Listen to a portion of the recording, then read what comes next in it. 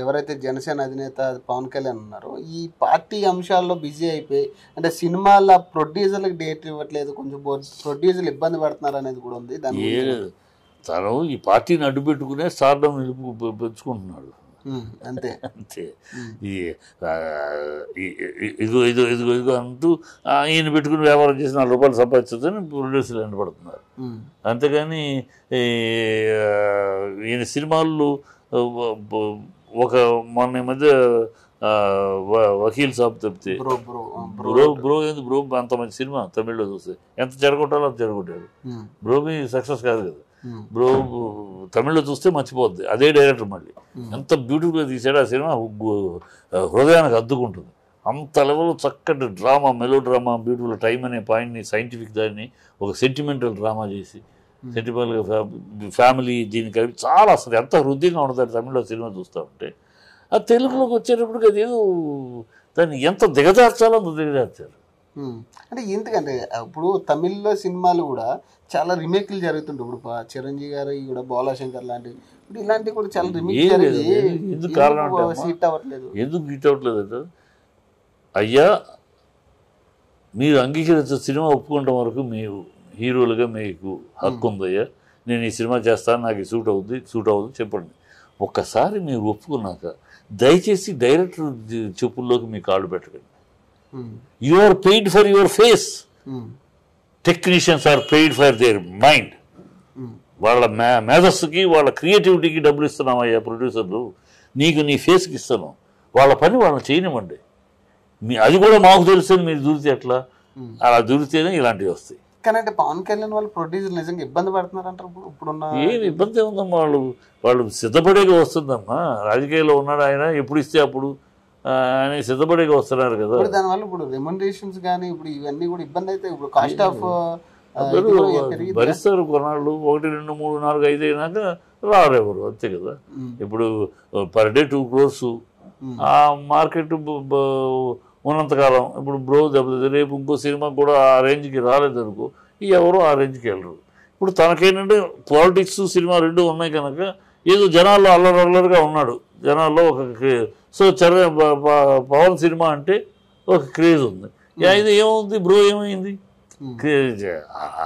చిరంజీవి గారి కన్నా ఇమేజ్ కాదు కదా వీళ్ళు ఎవరు కూడా. చిరంజీవి గారి సినిమాని అపరిచితుడు ఏమైంది, బోళాశంకర్ ఏమైంది. సో సినిమా బాగా లేకపోతే ఏమి చూడరు. కాకపోతే ఈ హడావిడి వల్ల ఈయన మార్కెట్ కంటిన్యూ అవుతుంది. పవన్ కళ్యాణ్ ఆ మార్పులు ఏదో వకీల్ సాబ్ ఒరిజినల్ నుంచి కొంచెం చిన్న మార్పులు చేసి సినిమా మ్యాటర్. ప్రొడ్యూసర్ లాభాల్లోకి వెళ్తున్నారండి అసలు ఇప్పుడు ఈ సినిమాల ప్రకారం. నాకు తెలిసి అయితే బ్లో రాలేదు, అంత కాటమరాయుడు లేదు, చాలా సినిమాలు మైనస్లో ఉన్నాయి ఇప్పుడు. కాబట్టి అయినా సరే మైనస్లో ఉన్న ఈయన రాజకీయాల్లో ఉండబట్టి ఆ కొంచెం కలరింగు ఉభయతర రాజకీయాల వల్ల సినిమాలు ఈయనకు ఉపయోగపడుతున్నాయి. ఆయనతో సినిమా తీసే వాళ్ళకి ఆయన రాజకీయాల వల్ల ప్రమోషన్. ఒక పాయింట్ చెప్పండి, అంటే రాజకీయాలకి పవన్ కళ్యాణ్ ఫిట్టా అన్ఫిట్టా? ఆ మాట చెప్పాలంటే అతను చాలా రాజకీయంగా చాలా పరిణితి కావాలి. ఆవేశంతో రాజకీయాలు చేయలేము, ఆలోచనతో రాజకీయాలు చేయాలి. ప్రతి మెట్టు మనం ప్రజల ముందుకు వెళ్తున్నాం, ప్రజలు మనని ఎలా రిసీవ్ చేసుకుంటారు, ప్రజల ముందు ఏం మాట్లాడాలి, ఎలా మాట్లాడాలి, ఇవన్నీ ఆయన పరిణితి తెచ్చుకోవాలి. బట్టలు కూడా తీస్తాను, మొహల మీద కూర్చోబెడతాను అని అంటే వాళ్ళు అన్నారు కనుక వాళ్ళు అన్నారు నువ్వు అంటే నీకు విలువ ఏమొస్తుంది ప్రజల్లో. చూడు ఎంత పెద్దరికంగా మాట్లాడాడు పార్టీ నాయకుడుగా. నువ్వు ఇప్పుడే అరాచకం మాట్లాడితే ఏమని ఇదేంటి మొక్కల నుంచి పెడతా అంటాడు, చట్టం ఆయన చేతిలో తీసుకుంటాడా? ఇప్పుడు ఇంత అరాచకం మాట్లాడుతున్నారు, రేపు అధికారం ఇస్తే ఇంకెంత అరాచకం చేస్తారు ఈయన ఫ్యాన్స్ అన్నది ప్రజలు కామన్. నీ ఫ్యాన్స్ తప్పట్లు కొట్టచ్చు, నీ ఫ్యాన్స్ కాదు కదా ఓటర్లు కామన్ ఆడాళ్ళు, మగవాళ్ళు, పెద్దలు, మధ్యస్థులు, మధ్య వయస్కులు, నీ తెలుగుదేశం కార్యకర్తలు ఈ కార్యకర్తలు కాకుండా 40% ఉన్నారు ఓటర్స్, కామన్ ఓటర్స్. కొత్తగా ఎంట్రీ అవుతున్న ఓటర్స్ 20% తటస్థంగా ఉండే ఓటర్లు. ఈ 40% ఓటర్లే ఎన్నికలు డిసైడ్ చేసేది.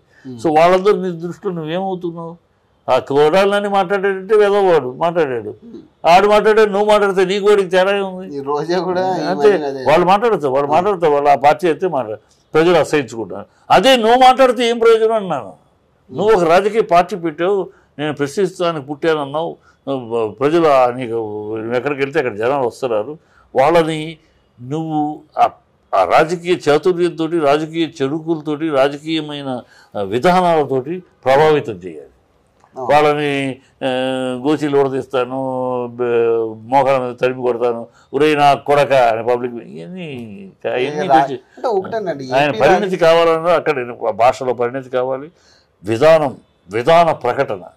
ఒక రాజకీయ రామారావు వచ్చారు మా రాజకీయాలకి, ఆవేశంగా మాట్లాడాడు. ఈయన ఆవేశంలో ఆయన సంస్కారం ఎప్పుడు ఒక మాట కూడా దాటలేదు. ఎప్పుడో ఒకసారి కుక్క మూతి పిందెలు అన్నాడు కాంగ్రెస్, అది కూడా బూత్ కాదు అన్నాడు. ఆయన ఏంటి వచ్చి తన విధానాలు చెప్పాడు ప్రజలకి. నేను వస్తే ₹2 కిలో బెయిలిస్తా, నేను వస్తే కరణం ముసనపు పటారీలు తీసేస్తా, నేను వస్తే స్త్రీలకు సమాన హక్కు ఇస్తా, నాకు అవకాశం ఇవ్వండి అన్నాడు. అది ప్రజలు ఎక్కింది ఆయన చెప్పిన ప్రణాళిక. నేను వస్తే ఇది చేస్తాను, నీ ప్రణాళిక చెప్పాలి. వాడిని తిడతాను, నేను వస్తే వాడిని తిడతాను, ఇవాళ వాడిని తిడతాను, నేను వస్తే వాడిని జైల్లో పెడతాను, అందుకు వేయరమ్మా ఓట్లు.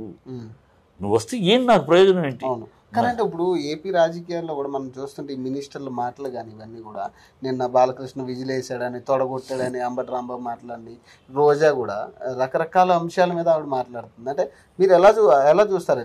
దిగజారిపోయిన రాజకీయం నేను. ఎందుకంటే ఇవాళ మీరు చూస్తున్నారు, నేను గతంలో వెంకయ్యనాయుడు గారు అసెంబ్లీలో ఉన్న రోజుల నుంచి, కరుణానిధి గారు, మురసలి మారన్ గారు ఉన్న రోజులు తమిళనాడులో, ఇట్లా నేను ఆ రోజు నుంచి ఈరోజు చూస్తున్నాను. మన ఆంధ్రాకి వస్తే గౌతు లచ్చన్న గారు, ఈయన వెంకయ్యనాయుడు గారు, ఇలా మహనీయులు చాలామంది ఎంతో అసలు వాడు మాట్లాడితే అపోజిషన్లో మాట్లాడుతుంటే, అసెంబ్లీలో నుంచి మాట్లాడుతూ ఉంటే ఎంత విధానపరమైన విమర్శలు, విధానపరమైన చర్చ, అంతేగాని వ్యక్తిగతంగా దోషంలో నువ్వేంటి అంటాం, వాళ్ళు అపోజిషన్ మా లేవగానే కూర్చొని బల ఈ దరిద్రం లేవు.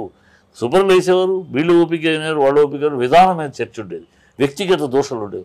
ఎప్పుడు కూడా రాజకీయ శక్తులు, రాజకీయ పార్టీలు ప్రత్యర్థులే, వాళ్ళు ఎవరు శత్రువులు కాదు. శత్రువులుగా చూస్తే రాజకీయ విచర్చ లేకపోవడం. సో అలా ఉండేది.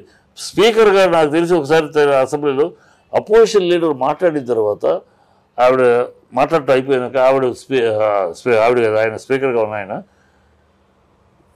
ట్రెషరీ బెంచ్ చూపిస్తూ, చూడండి ఆయన అపోజిషన్లో ఉన్న ఎంత చక్కటి విశ్లేషణ ఇచ్చారు, కనుక ఇవన్నీ మీరు దృష్టిలో పెట్టుకుని దాని కార్యక్రమాలు ఏంటో చూడవలసిందిగా కోరుతున్నాను. అంత చక్కటి విశ్లేషణ ఆధారాలతో ఇచ్చారు, కనుక దాన్ని మీరు నోట్ చేసుకుని చేయాల్సింది. అలా ఉంది. ఇప్పుడేంటి, ఇప్పుడు అపోజిషన్ మాట్లాడితే కూర్చో అంటాం, సస్పెండ్ అంటే ఇది అది ఈ గత దశాబ్ద కాలంగా మొదలైంది, దిగజారిపోయింది. వ్యక్తిగత దూషణ, సంస్కారహీనమైన భాష, పరుష పదజాలం, రాజకీయ. అసెంబ్లీ అంటే ఎందుకు? అసెంబ్లీ అనేది మనం విధానాలపై చర్చ, పాలనా విధానంపై చర్చ, మీరు తీసుకొస్తున్న పథకాలపై చర్చ, ఏది ఎంతవరకు మంచి, ఏది ఎంతవరకు చెడు చేస్తుంది, ఒకళ్ళకి మంచి చేస్తే మిగతా వాళ్ళకి ఏం జరుగుతుంది, ఇది చర్చ. ఈ చర్చలో వింటారు, నోట్ చేసుకుంటారు, పాలకపక్షం కరెక్ట్ చేసుకుంటారు, లేదంటే పాలకపక్ష ఆధారాలతో మీది తప్పండి, ఇదిగోండి ఆధారాలు చెప్పడం. ఇలా ఇది జరగడం ప్రజలకు అది అర్థమవుతుంది, ఎవరు ఎక్కడ కరెక్ట్గా ఉన్నారు.